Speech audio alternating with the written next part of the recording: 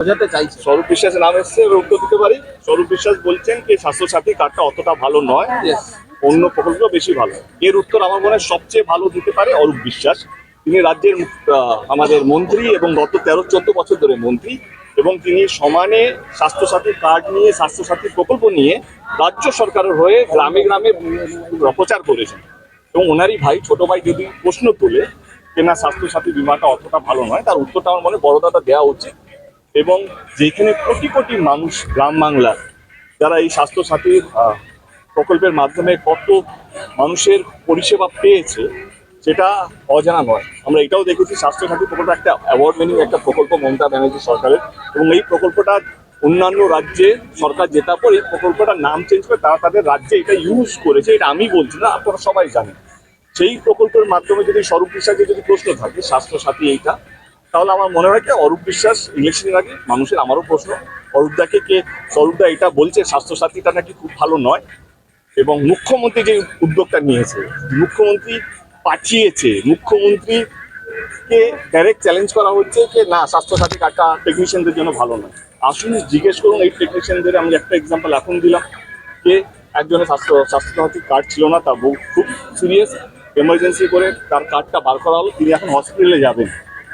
এবং একটা উদাহরণ দিই তোমাদের, হ্যাঁ, কারো খারাপ লাগতে পারে, কারো ভালো লাগতে পারে। এবার ধরুন আমি একটা প্রেসিডেন্ট, তার প্রেসিডেন্ট ধরুন দেব ফ্যান ক্লাবের আমি প্রেসিডেন্ট হলাম। আমি বললাম আমার ফ্যান ক্লাবকে শোনো, কাল থেকে আমরা কেন্দ্র সরকার রাজ্য সরকার কোনো প্রকল্প আমরা নেব না।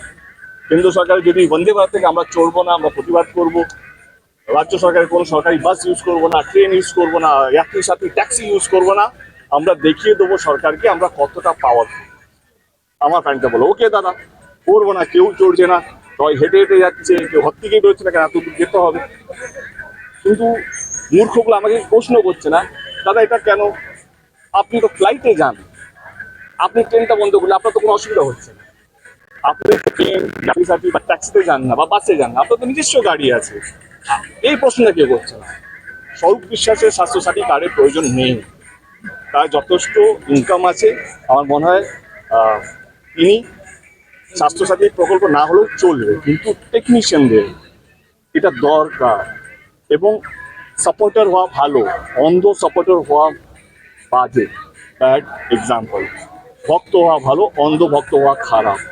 আমি আমার জন্য, আমার ঢাক পেটানোর জন্য আসিনি।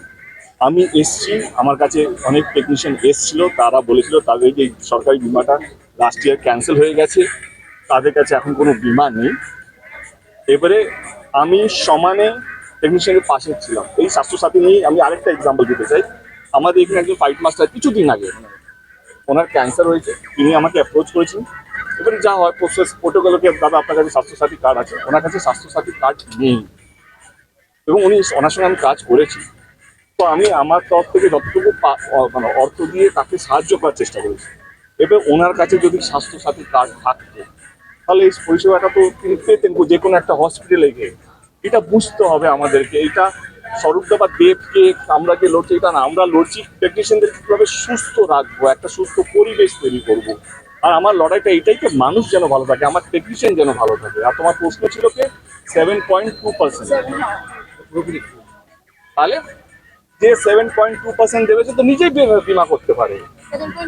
7.5% যে দেবে সে তো নিজের টাকায় বিমা করতে পারে। 1,000 টাকা করে দিয়ে প্রত্যেক মাসে 2-3 লাখ টাকা বিমা এমনি হয়ে যাবে। সে কেন এত টাকা দিতে যাবে? আমি আবার টেকনিশিয়ানদেরকে বলছি, একটা পরিষেবা বাংলা মুখ্যমন্ত্রী সে আপনাদের জন্য দুহাত খুলে দিচ্ছে। যেই টেকনিশিয়ান স্টুডিওতে আছি, যেই টেকনিশিয়ান স্টুডিও যে একটা সময় এখানে ময়লা পড়ে থাকতো, কোনো বিক্রি হয়ে যাচ্ছিল, সে কোটি কোটি টাকা দিয়ে টেকনিশিয়ান স্টুডিও বানিয়েছে। কাদের জন্য বানিয়েছে? যেন টেকনিশিয়ানরা সুস্থভাবে কাজ করতে পারে, টেকনিশিয়ানরা যেন মানে ভালো থাকতে পারে। কাজ যখন যতগুলো ফ্লোর যখন ভর্তি হতে শুরু করলো সিরিয়ালের মাধ্যমে, দিদির কাছে যখন আবেদন করলো, দিদি ক্লিন সিটি তৈরি করলো বারুইপুরে, তাদের জন্য, টেকনিশিয়ানদের জন্য, এবং টেকনিশিয়ানরা কাজ যেন পারে। আজকে সেই মুখ্যমন্ত্রীর উদ্যোগে আজকে একটা ক্যাম্প হচ্ছে, হেলথ ক্যাম্প হচ্ছে, সেইটা বিরোধিতা কেন? আমি তো সরকারকে নিজেই বলতে চাই, আপনি তো সরকারের একজন সদস্য, আপনি তো এখানে আজকে থাকা উচিত ছিল। আমি তো মেল পাঠিয়েছি সরকারকে, আমি ফেডারেশনে মেল পাঠিয়েছি কি এরকম এরকম উদ্যোগ হচ্ছে মমতা ব্যানার্জির উদ্যোগে। হেলথ ডিপার্টমেন্ট মিনিস্টার কে? হেলথ ডিপার্টমেন্ট মিনিস্টারটা কে? দিদি নিজে। তার উদ্দেশ্যে তার পুরো গোটা 14 জনের টিম, কম পড়ছে আরো টিম আসছে পরিষেবা দেওয়ার জন্য। তার বিরোধিতা করে আমি আমার প্রশ্নকে তাহলে কাকে বিরোধিতা করছেন? আপনার বাড়িতে অনেকজন নেতা মন্ত্রী আছে। আমার বক্তব্য, আমি কোনো টেকনিশিয়ান সঙ্গে লড়াই করতে যাচ্ছি না। আমার বক্তব্য হচ্ছে মানুষকে ভুল বোঝাবেন না। এই পরিষেবা, আর একটা কথা, কে বলেছে স্বাস্থ্যসাথী কার্ড পেলে অন্য কোনো বীমা করা যাবে না? করুন না, আপনি 10টা বীমা করুন, 7.5% দিয়েও করুন। আমি বলছি, আমি এটাও সাপোর্ট করছি। কিন্তু অনেক টেকনিশিয়ান যারা কাজ নেই, ধরে নিন 7,000 টেকনিশিয়ানের মধ্যে 2,500 টেকনিশিয়ান কাজ পায়, বাকি 5,000-এর মতন টেকনিশিয়ান কাজ পায় না। তারা কি স্বাস্থ্যসাথী কার্ড নিতে পারে না? তাদের কেন আটকানো হচ্ছে? আরে এটা তো মুখ্যমন্ত্রী যে কথা, এটা কথা বলতে গেলে অনেক কথা বলতে হবে। এবারে আরে কি বলবো, মানে আর একটা কথার কথা শুনুন। একটা প্রশ্ন আছে, সেটা হচ্ছে এটা বলা হয় যে ফেডারেশন 3 মাসের এই সেম চিঠিটা দেওয়া হয়েছিল। প্রকাশ করুন, আমি তখন নিজে প্রকাশ করেছি, আমার সোশ্যাল মিডিয়াতে জল জল করে আছে। মমতা ব্যানার্জিকে 7 তারিখে আমি চিঠিটা পাঠিয়েছিলাম এবং তার উত্তর 5 দিনের মধ্যে এসেছে। 7,000 না, 7,11,000 প্লাস 4,000 আদিস করে। এবার আর্টিস্ট ফোমকে আমরা বললাম কি, আর্টিস্ট ফোম আমাকে অনুরোধ করেছে, বুম্বাতে আসার কথা ছিল, জিদ্দারও আসার কথা ছিল, তারা বম্বেতে আছে, দুজনেই বম্বেতে আছে, তারা তাদের শুভেচ্ছা পাঠিয়েছে এবং তারা আর্টিস্ট ফোমকে অনুরোধ করেছে, আর্টিস্ট ফোম যুক্ত আছে আমার সাথে। কোয়েল একটু পরে ঢুকবে, কোয়েল আসছে এখানে, এসে গেছে কোয়েল। তো আমার বক্তব্য হচ্ছে, শুনুন না, এরপরে যে কাজ করে, যে ইন্ডাস্ট্রির মধ্যে থাকে, আমি কি বলবো, আরে আমরা আমাদের সংসার চলে সিনেমার টাকায়, শুটিং এর টাকায়। টেকনিশিয়ানও আমরা তো কোনো আলাদা নয়। টেকনিশিয়ান সংসার চলে কিসে? শুটিং এর টাকা। তাদের রান্না কিসে হয়? শুটিং এর টাকায়। তাদের বাচ্চাদের স্কুলের ফিস কিসে হয়? শুটিং এর টাকায়। তাদের ভালো লাগা খারাপ লাগা সব তো শুটিং এর টাকায়। তাদের উৎসব, তাদের ছেলে মেয়েদের বিয়ে কোথা থেকে? সব তো শুটিং এর। আমাদের তো অন্য কোনো ইনকাম নেই।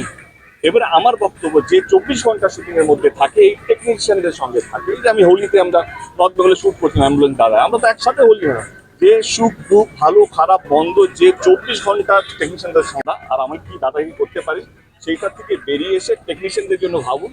আমার মনে হয় টেকনিশিয়ানরা আরো বেশি আশীর্বাদ করুন।